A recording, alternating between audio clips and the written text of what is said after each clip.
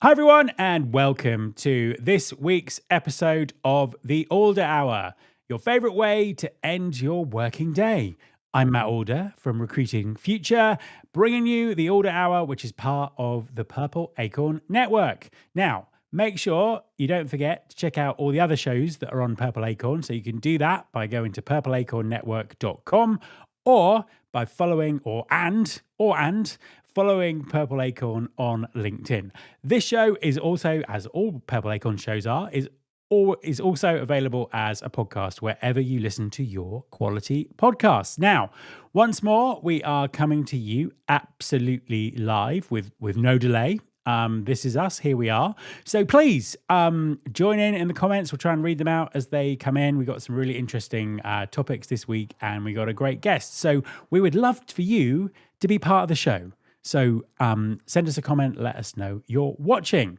So let's get on with it. And obviously, I'm going to start by introducing my amazing co-host, Rhona.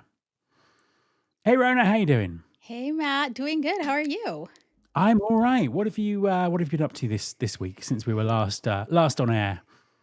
I don't remember. Last week I decided to batch tons of podcast interviews for my podcast, the Workfluencer podcast, and I did at least 2 interviews per day all of last week. So it was an amazing Wow, week. that is kind of hardcore. I've done 3 today actually, so but I don't normally do that many in a day. So this week I went to TA Tech Europe in London, which is the TA Tech. For people who are not familiar with it, is the sort of trade association for job boards and TA technology products. And I did an on-stage interview with Jeff Taylor, the founder of Monster, and it was really interesting because he was talking about the end of CVs and resumes and job postings, and obviously a lot of people in the audience run businesses that depend on those things. So it was an interesting and lively debate, and I'm glad I was there to witness it. 1,000,000%. Interesting times that we live in. Awesome. So what have you got coming up for us later on the show? Ooh, I don't know. I think I might piss some people off, but we're talking about ghost jobs, and my take isn't the same one that you've probably read online. That's all Well, I'll say. I'm looking forward to hearing that and offering my take, which may or may not be the same, but we will see. But let's get started with Points and Pints.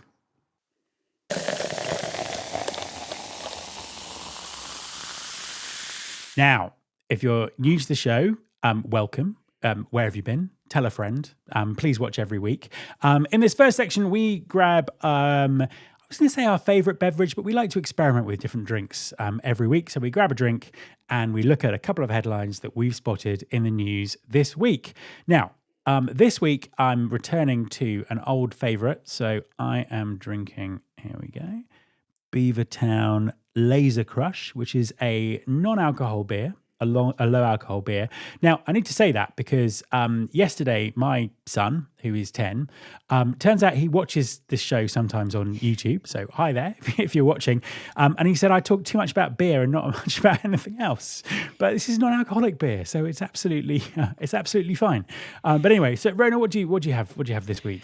I love that your son watches the show. This week I promise, my last Trader Joe's beverage. It's called something spritzy, and it's a sparkling beverage with pineapple, orange juice, concentrate, ginger juice, and bitter flavors. This is the Interesting. last one. You had me right up to the bitter flavors. I'm not quite sure about that. But anyway, here we go. Yeah, Laser let's Crush. I try. know what this tastes like, but this is there we go. It's a very arty label, and alcohol-free IPA, and let's see if it tastes as good as it normally does, which it does. I must try and find an American alcohol-free IPA to drink at some point. Then I can recommend it to people that they go and drink it. How was the last ever Trader Joe's drink?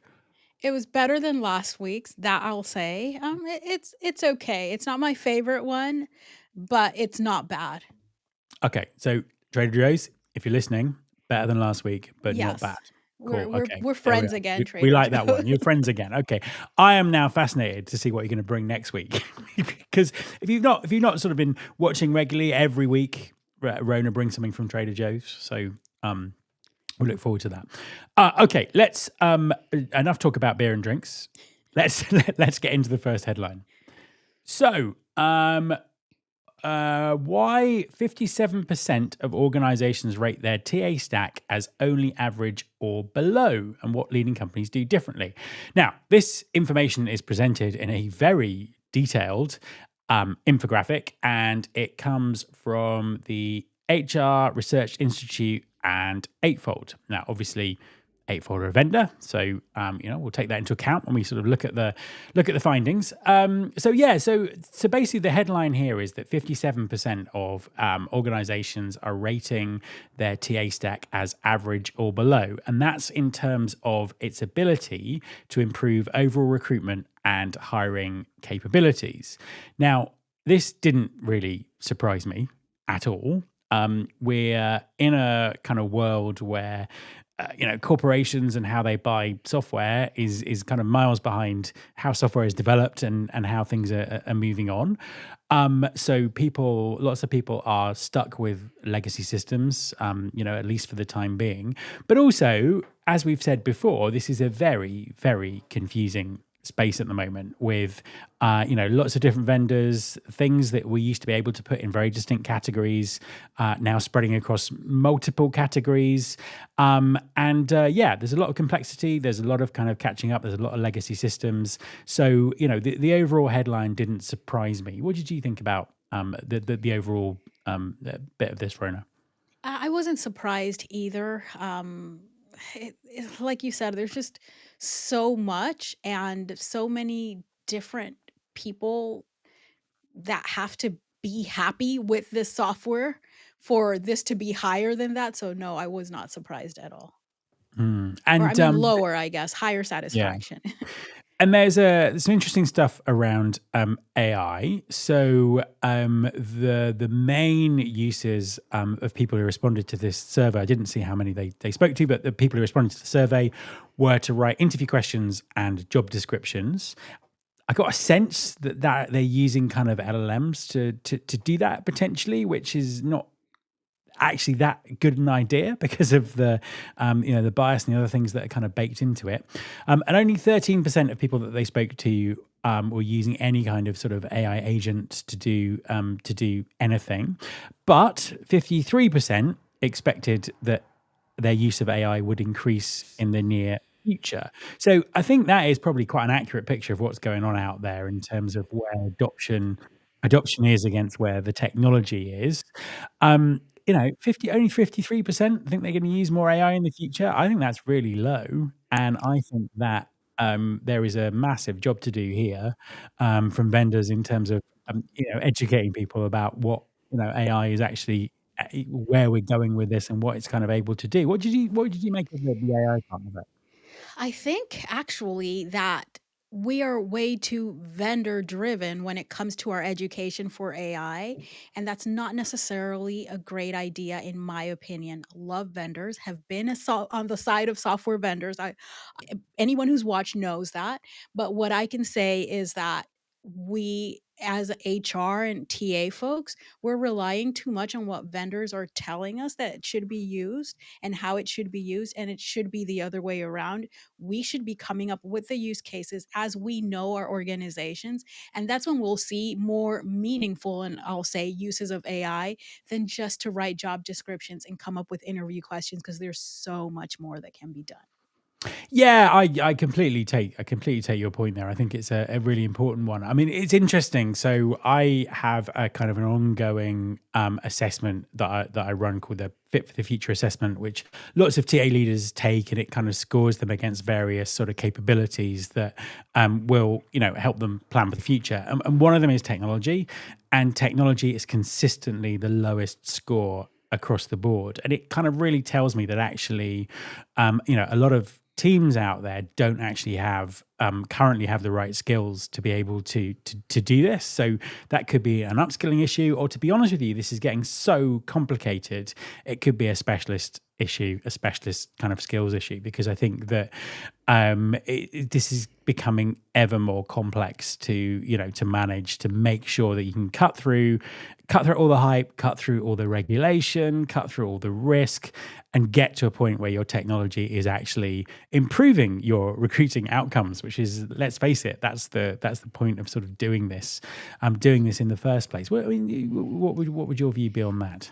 Oh, 100%. We definitely, and I've advocated for this many times. I've been this person at some organizations, and I think lots of organizations need it, but you actually need a technical person with HR experience.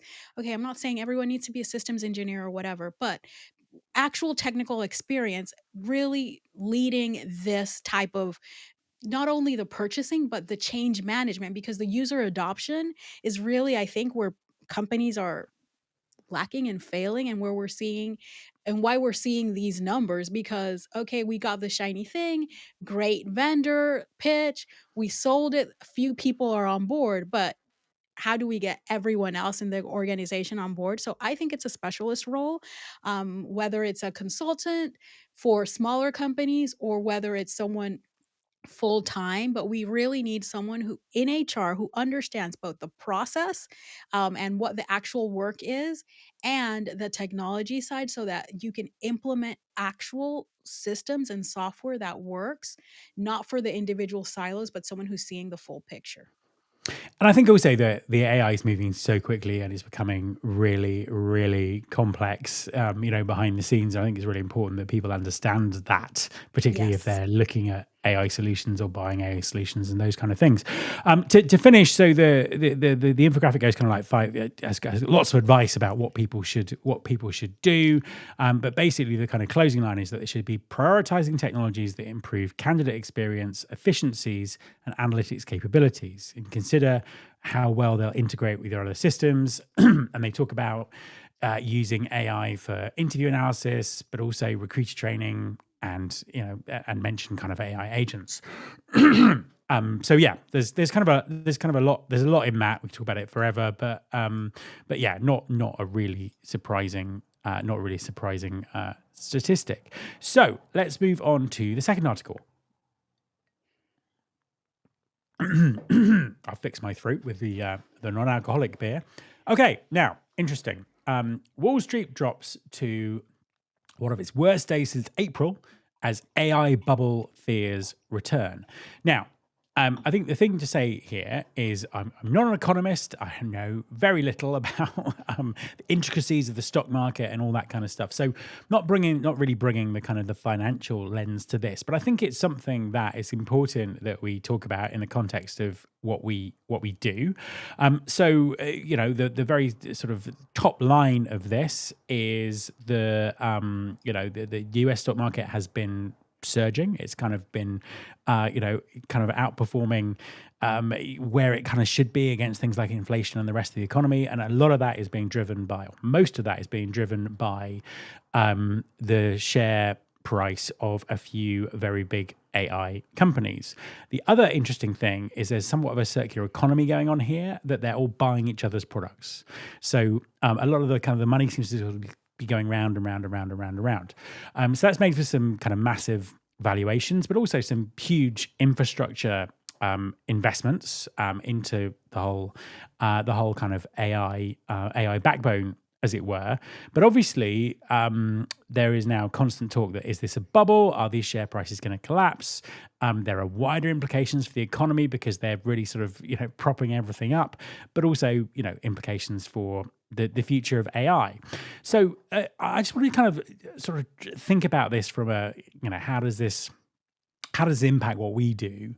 And because I'm very old and I've been doing this for a really long time, I can remember the dot-com bubble when I was obviously very young, just entering the workforce.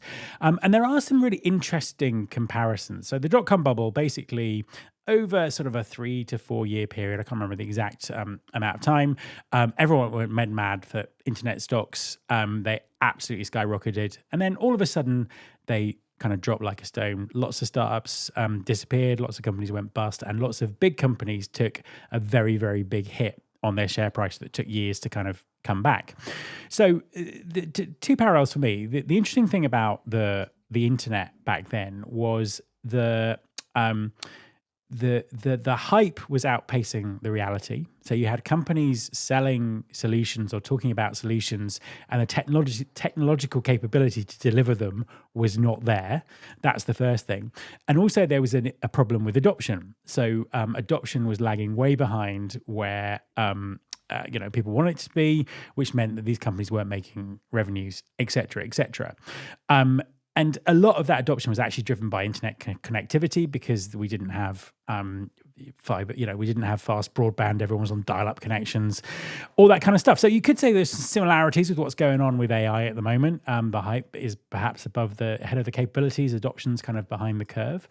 And it kind of does make you wonder whether this is going to be the same thing. I think that what's different this time is the speed that everything is going at. And also, these companies are making money, and this kind of is being implemented. So even if this kind of did happen, it would obviously have a dramatic effect on the economy. But from an AI perspective, we can't really put it back in the box now. We've seen it. We can't unsee it. We can't unlearn it. And I think it would just just continue. I mean, what do you kind of make of this, Rhona? I agree with you, and I agree with the comparison to the dot-com bubble and just everything. Like I do think right now hype is kind of still outpacing reality, and adoption is an issue. But I think in this case, adoption is an issue because of how quickly everything's going, and then Yeah. there's just like lack of, we don't really know. And we've seen so many things now. Like it's a much more educated and not, I don't know if educated is the right word, but like you said, like we've seen so many things, and now we've seen AI. It's not going back. Like we are not unseeing it, but everything's happening so quickly, and they're still kind of like, wait, what does this work? How does this impact? Am I being replaced? All of that type of stuff happening. Yeah. Yeah. But I think it's not slowing down. And anyone who thinks it's slowing down is trying to cover the sun with one finger. It's not slowing down. Yeah, and I think the reason I mentioned that is that one of the things about the dot-com bust was lots of people use that to say, well, there's nothing in this internet thing. It's just, look at that. Look what happened there. It's all gone and there's no future in it. And actually, most of the a lot of the kind of the startups that sort of disappeared because their hyped product didn't actually meet the reality, that happened a few years later. There was nothing. I can't think of any sort of crazy idea that didn't actually come true during that period of time. And as I say, we're working on much shorter timescales and much quicker speeds of development. So definitely something to watch. But yeah, it'll be interesting to see how it plays out from here. So thank you very much, Rhona. We will be speaking again a bit later in the show for trending or ending about those ghost jobs. But in the meantime, let's say a big hello to our guest.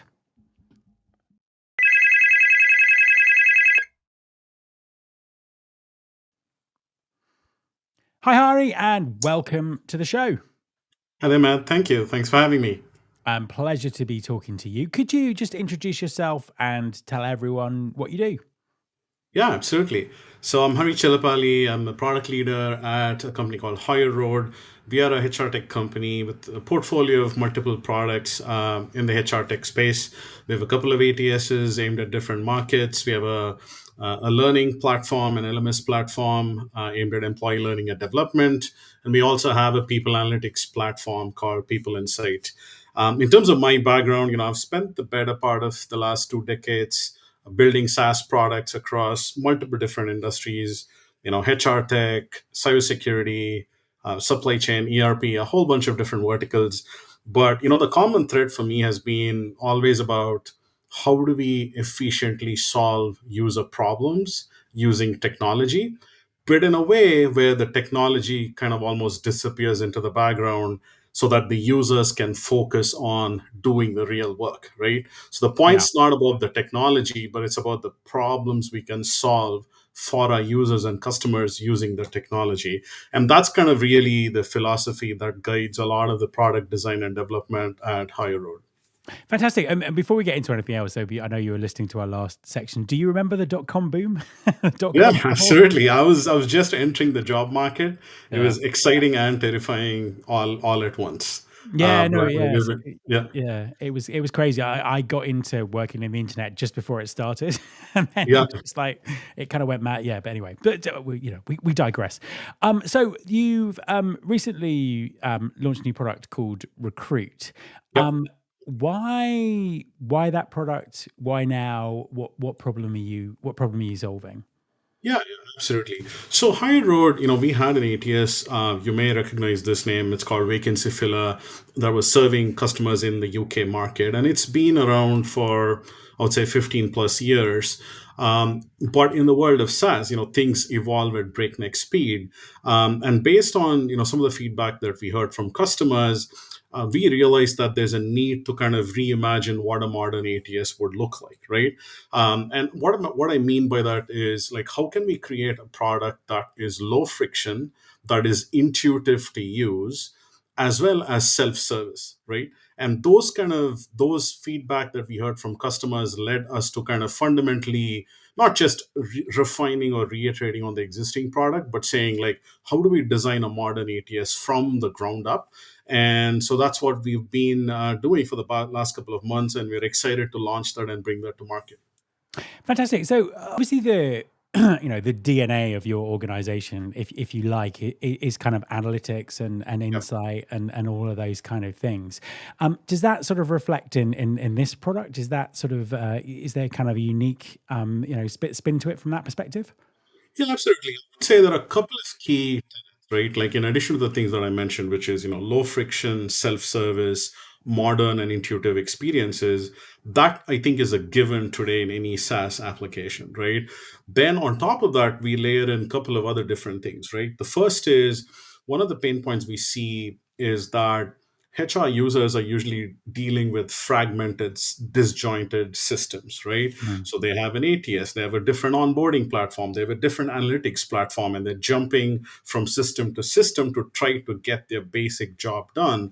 So with this new platform, one of the fundamental organizing principles was, how do we build an all-in ATS that currently, not only does it have recruiting workflows, but it has onboarding built in, right? So at the end of your recruiting workflow, when you make an offer to an employee, you can actually seamlessly launch them into an onboarding workflow, capture the necessary information that you need from that user, and maybe even set them on kind of a training and onboarding journey, right? So that's the first thing. The second is, you're kind of asked about our analytics DNA.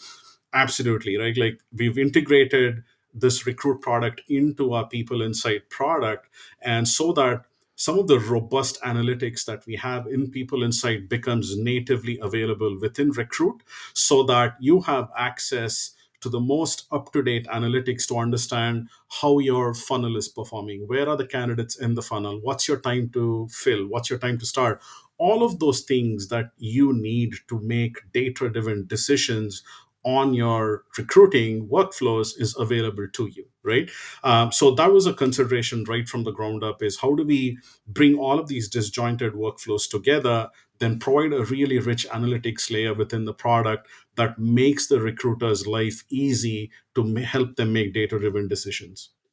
And on that sort of data-driven decision part of it, what do how does talent acquisition become more strategic? It's something that we sort of talk about a lot. What kind of moves do you think it needs to make to have that kind of more strategic role in the business? Absolutely. So I think, to start with, right, a lot of companies, they're managing the recruiting workflows offline over email or Excel. So the fact that you're bringing all of this in one central platform and being able to view that in real time, that itself is, a step up from where a lot of companies are, right? And then on top of that, you layer in things like, can I view my recruiting funnel? Can I look at it by region, by department? Can I look at it by my recruiting sources? Can I see how different recruiting sources are doing, based on my metrics like time to fill, right? So first of all, having all of the data in one single place allows you to have real-time visibility into your candidate pipeline, and then slicing and dicing by all of these different dimensions just really helps you understand what's working well, what's not working well, and where do I need to pay attention, right? So instead of constantly running around kind of chasing fires and being reactive, I think access to these types of analytics finally puts you in the driver's seat and makes you be proactive. And what about AI? I mean, what role do you think AI should be playing in talent acquisition? Yeah, absolutely. I mean, there are so many, interesting, exciting use cases. I'll talk a little bit about what we are doing at, HireRoad and where we want to go. So first of all, our use cases for AI, we've been focused on our people analytics platform to begin with, because as you can imagine, it's such a data-rich, analytics-heavy product that there's tremendous applicability for AI. One of the things that we are doing within our platform is using AI to analyze vast amount of data to kind of really surface key insights, right? Like, what are month over month trends? What are year on year trends? Are there months where there are outliers compared to your, desired benchmarks? Then we also do root cause analysis. If time to fill was really high in a given month, we kind of dig down and understand, are there specific departments, or are there specific recruiters, are there specific recruiting sources that are contributing to higher time to fill, so that you don't have to go down a rabbit hole to try to understand, like, why a particular metric is not where it needs to be. Then we also do predictive analytics on things like time to fill and time to start.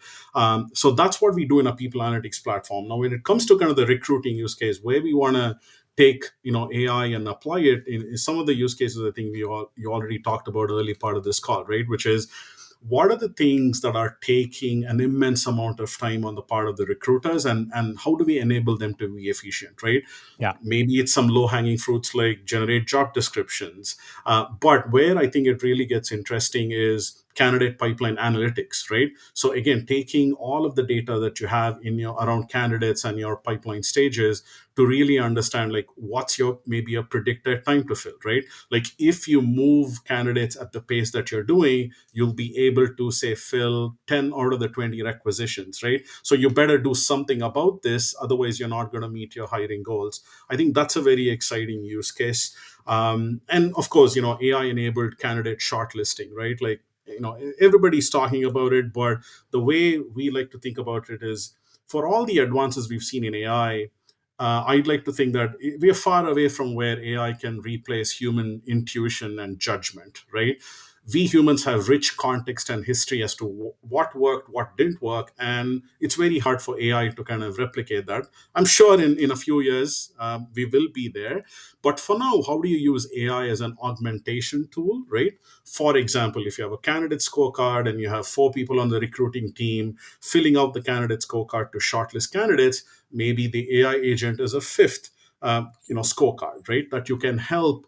It can help augment your decision, but never replace the human decision, right? So that's the Yeah. way we think about it. So those are some of the use cases we are thinking of building, in the current and the coming years. And I suppose, sticking with the theme of the Yeah. coming years, what do you think the future holds? Where do you think this is all going? What might everything look like in sort of 3 or 4 years time? Yeah, absolutely. So I think, for me, there are a couple of things, right? I think on the recruiter side, it's about using workflows and data and AI to really make recruiting efficient, right?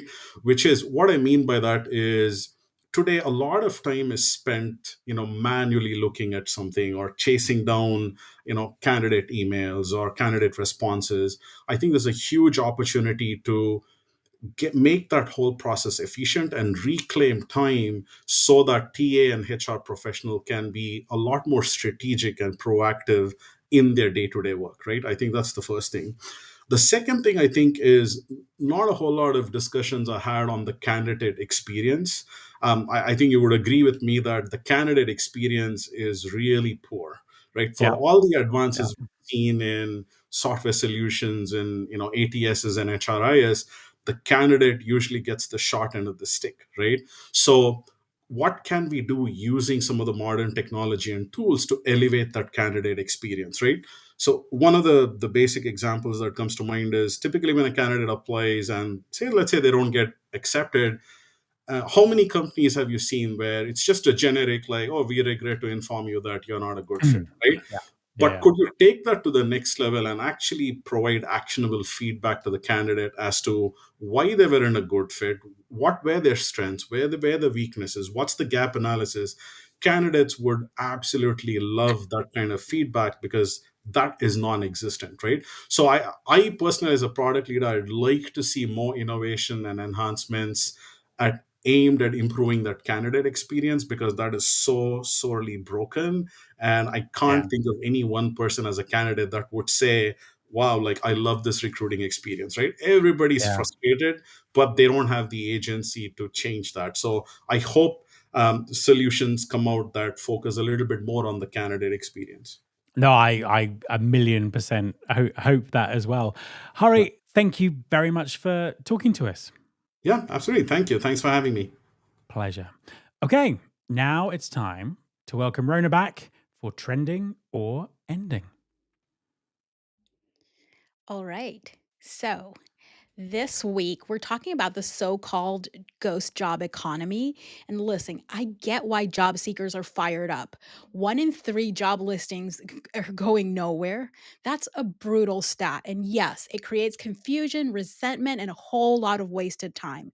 But here's where I need us to really slow down and take a breath and add some actual context because the narrative online right now it's veering into fear mongering. Most companies are not out here posting fake jobs on purpose. And I stand by that.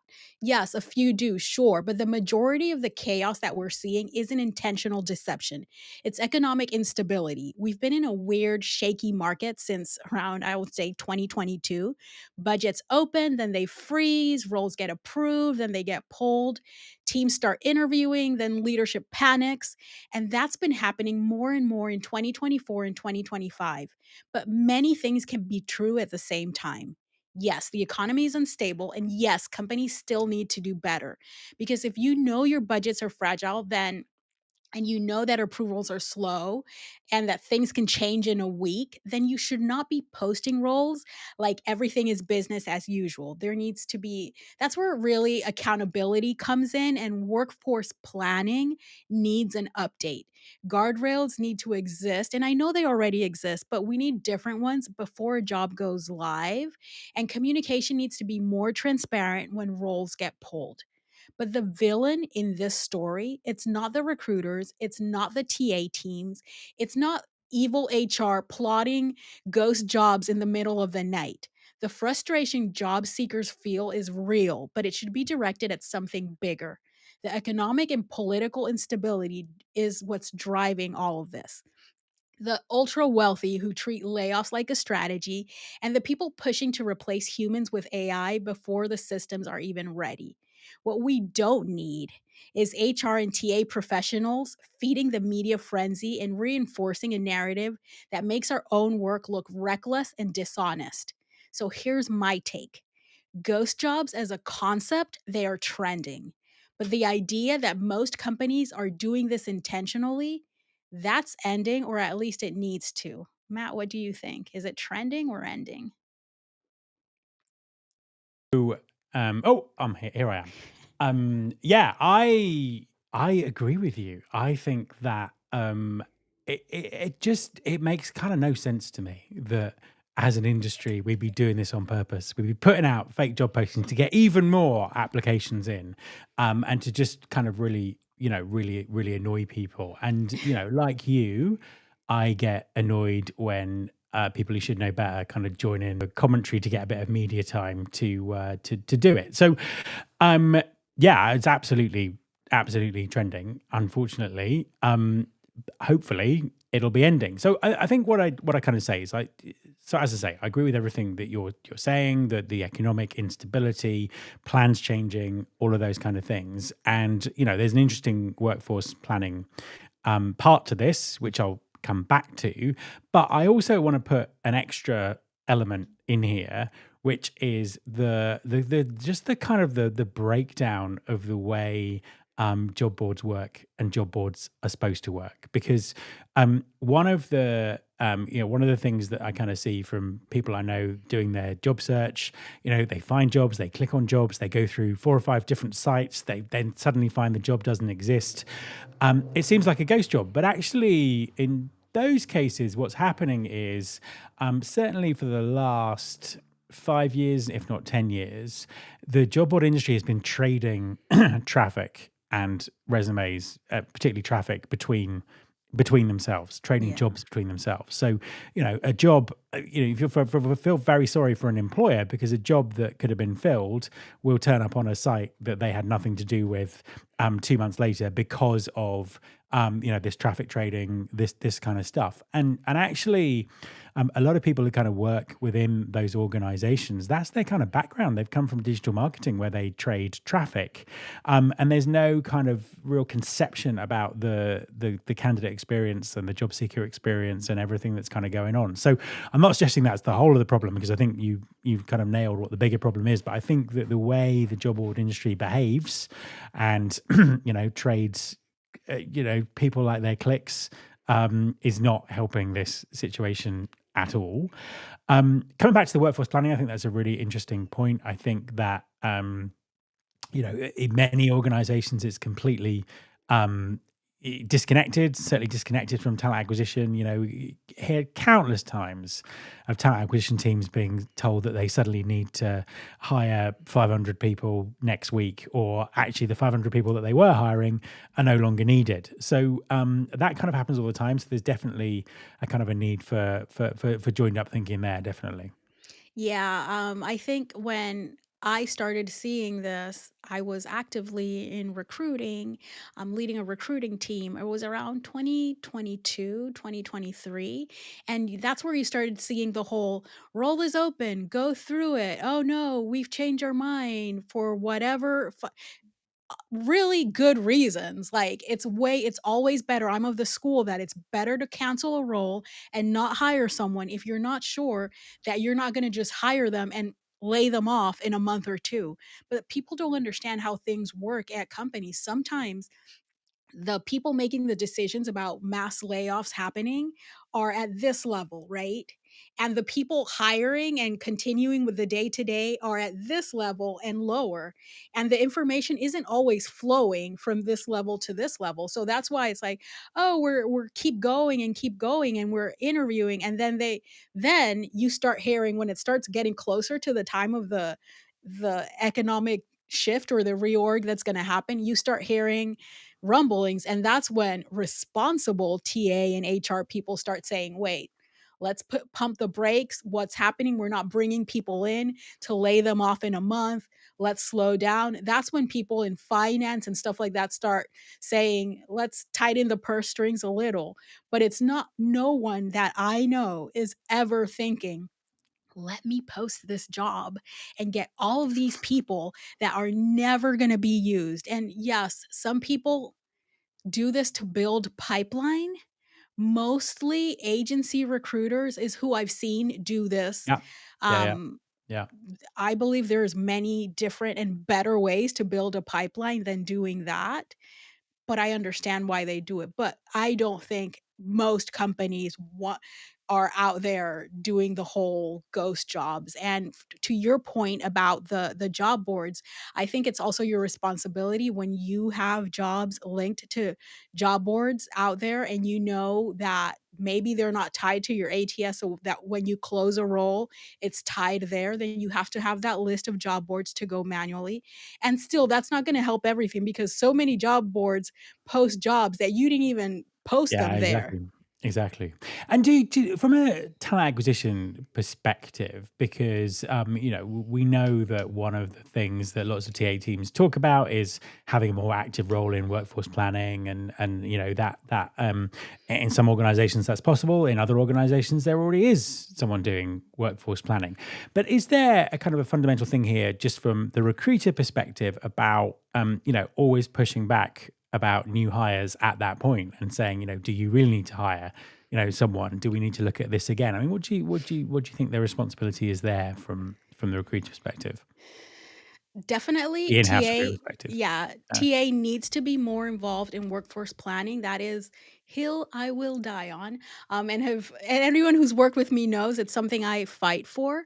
But it's not possible in every organization. But what is possible is that when a role comes to you and you know that you're in this type of economy, you ask questions about, okay, is this happening? You start asking questions strategically to the people that you know have the answers, and they might not be able to tell you the full answer in this moment. And you understand and respect that, but you ask the questions, and you make sure before posting a role that just because it was planned at the beginning of the year, you're asking again now, today, November 17th, with what we know, is this still a role that we need and that we're going to hire for?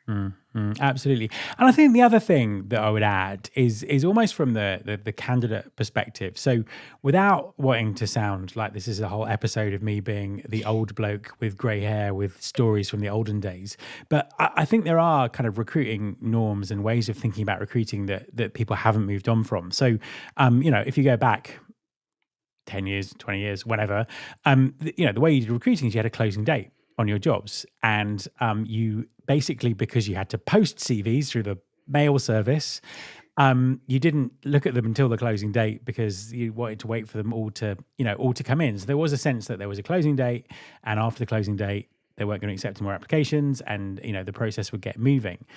These days, recruiters want to fill jobs, and the job could be filled, within a very short space of time of it going live. And I think that perhaps there isn't enough kind of awareness of that or education around that to candidates who might see a job and think they have 2 or 3 weeks to do something with it. So I think there may be a kind of a mismatch of expectations here, because from a recruiter perspective, as soon as a resume that's a great fit hits your ATS, then you're gonna start swinging into action, aren't you?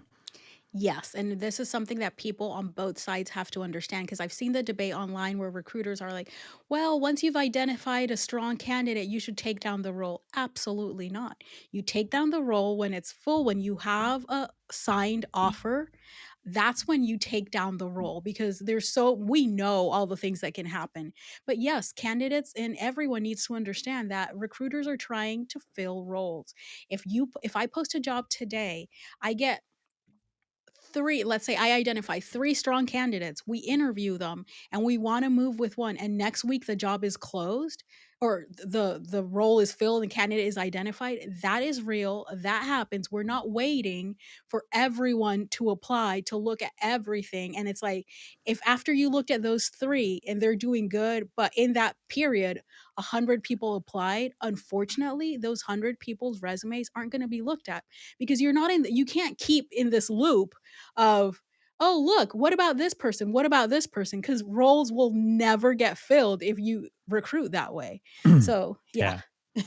So I guess then we're kind of both aligned on this one, that it's definitely trending, but we'd hope it was ending. Certainly in terms of the explanations that we read about in the press and social media, and sometimes and politicians come out with as well. There's some Oh, kind of yeah.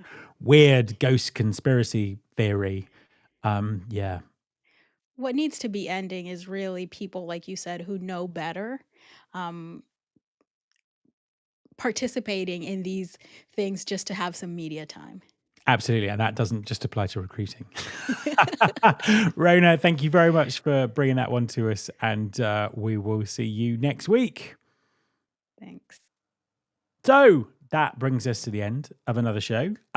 Huge thanks to Rhona, to our guest Hari, to Alan, our producer, for holding it all together as normal. Lots of other great shows on the Purple Acorn Network, including Rhona's own podcast, Workfluencer. There's also the HR Morning Show, From the Desk, My First Job from X to Z, and many, many, many more. So head over to purpleacornnetwork.com or follow their LinkedIn page to see all those shows as they stream. My longer form interviews are available on Recruiting Future, wherever you listen to your podcasts. And of course, the Alder Hour is available as a podcast. So make sure you search for that as well. The Alder Hour will be back next week. I am already looking forward to it. This is Matt Alder, clocking out.